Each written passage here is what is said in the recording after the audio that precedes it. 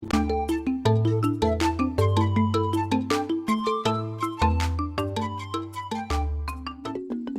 day to you, viewers of the African Dream.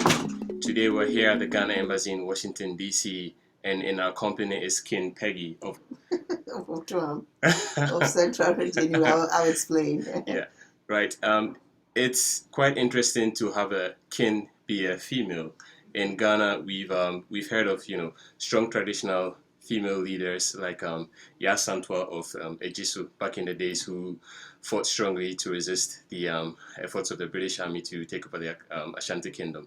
But today, in contemporary history, we have another female king in the person of King Peggy. Thank you. Tell us a little bit about yourself and how you became king. Well, I became king in the royal Ebrazi family of Otuam in the year 2008. What happened was my uncle passed away. Right. And this is the first time that my family had even chosen a woman as a king. Right. And being a Ghanaian, a female king in Ghana is unheard of. It's unheard of. Yes. And then they called me, and then they, released the news to me. And I was really marveled myself, when I heard that they want to make me a king. And I said, are you sure it's not a queen? But they said a king. But sometimes, when God wants to bless you, you don't have to really fight it. Right, because mostly kings and queens are something bestowed on us by God. It's not by a human being. So they told me about it, and then I went home and they did all the rituals, and I accepted it, and I'm doing well by my people. Interesting. Being a female king, I'm a very strong and powerful-headed woman, yes. I know viewers might not have noticed it, but I've been struggling to get it straight in my head about the fact that you are a king and not a queen. So I'm still getting used to it. So tell us, before you became King Peggy, what was your private life about? What were you into? Yeah, my private life was a secretary, and I'm still a secretary. Okay. And most of the time, people tend to ask me, you are now a king, why don't you go home and enjoy? And I say, well, I'm a modern king. Nice. I'm a people's king. In my town, it's not like European monarchies where everything is on a silver platter for them. Right. This one, you have to really better the lives of the people. And I'm here, and also working as a secretary. And being here had also given me an opportunity to be able to help my people by giving them water, clean water, right. Giving them an ambulance where they can use it in case of emergency in my clinic. It's a small town, they can transport them to bigger cities. And also I'm educating the children that their parents can't afford to educate them. So I realized that this my calling is a calling that God, really wants me to have it and to help them.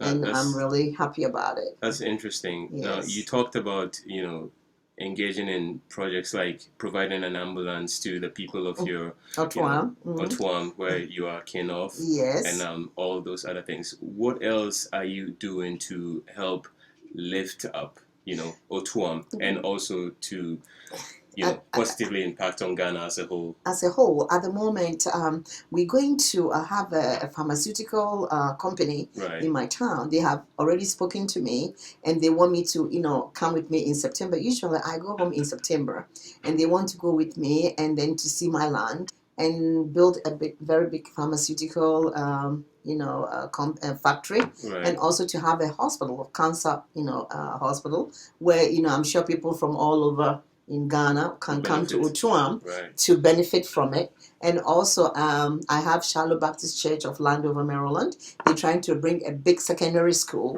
in my town. So in other words, it's going to benefit both my town and Ghana. The entire nation. Yes. That's indeed a good effort. Yes. Now, tell us, what are some of the difficulties you face being a king and being a woman at the same time? Male chauvinism. Male chauvinism. I had none of that towards you. It's just that I was a little, male chauvinism. Yes, male chauvinism. But I'm a very strong, level-headed woman, and I don't let it bother me. I just stand up to them, and we talked, and wherever I have to address the issue, I do address it, and I'm not afraid at all, because I know in this modern world, being a woman and having a certain area in your life where you have to really be a leader, people are really going to suppress you, especially the male, because they tend to think that the world belongs to men. No, it's not like that anymore. Women can also be in it and be part of the world. Interesting. Now, Yes. you spoke about male chauvinism and the fact that women have become, equal, partners in the global, Yes, yes. encounter. Now, what are you thinking about doing to help raise the image, help raise the confidence of the average Ghanaian woman? Because being a woman and being a king and all that I have, been doing, because most people have seen me on CNN, Voice of America, Voice of Africa. They have seen me on CBS Sunday News. Right. They have seen me on most channels and most magazines. And I've really had a lot of calls from the whole world, even among Ghanaian women, Right. that are really inspired by my calling and what I'm doing and being a woman. And it's really helping them a lot, because my story and my book came out, and Right. then most of them have read it, and it has really lived the spirit of most Ghanaian women, and they're really happy that I'm really doing a lot for them. You talked about your book here. Yes. Now, when did you write it, and give us a gist of what it's about? Okay, it's about the story of how I became a woman king, and also the things that I faced during my transition from the beginning, the meetings I had with my elders, where they were not taking me seriously because they thought I'm a woman, they can walk all over me, but they couldn't. And the things that I'm doing for them, and how, I buried my uncle that was in the morgue for over 2 years, 3 years. Right. And, how I was able to bring the whole thing out and did it.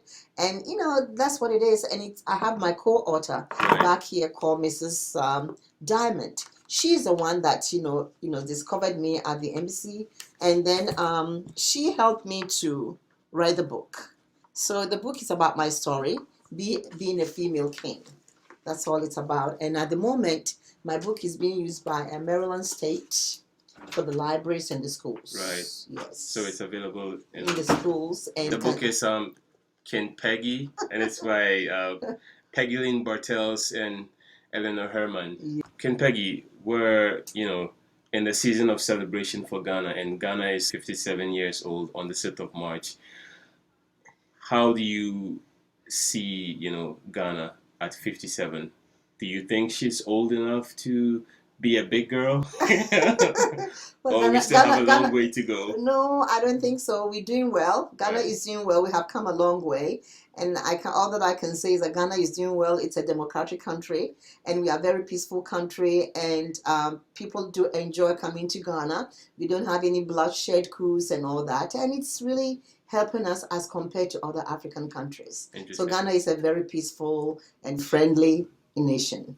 Now, before we leave you, there are a lot of Ghanaians out here in the States and in other parts of the world who are very passionate and excited about the movement that is happening in Ghana. Mm-hmm. And a lot of them want to return home, especially the Ghanaians, to help build the economy. And mm-hmm. for those who are non-Ghanaians, mm-hmm. they want to take part, in the success of the Ghanaian economic mm-hmm. history. Mm-hmm. Now, what do you have to say to such people to encourage them to go to Ghana, especially those who are skeptical?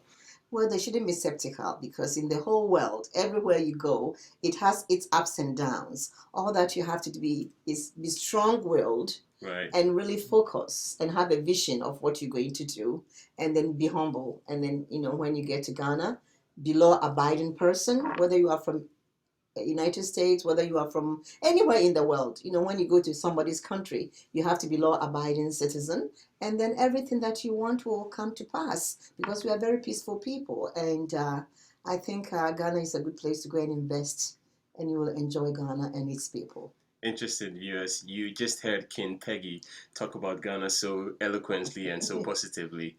We look forward to bringing you more about King Peggy, and it's been nice having you. Thank you so much, and very happy to be in my little humble office. Nice. You are lucky to be with me in my office today. I feel so privileged. Yes, I'm a secretary, and I'll always be a secretary and a king. It's been nice talking to you. Nice talking to you too.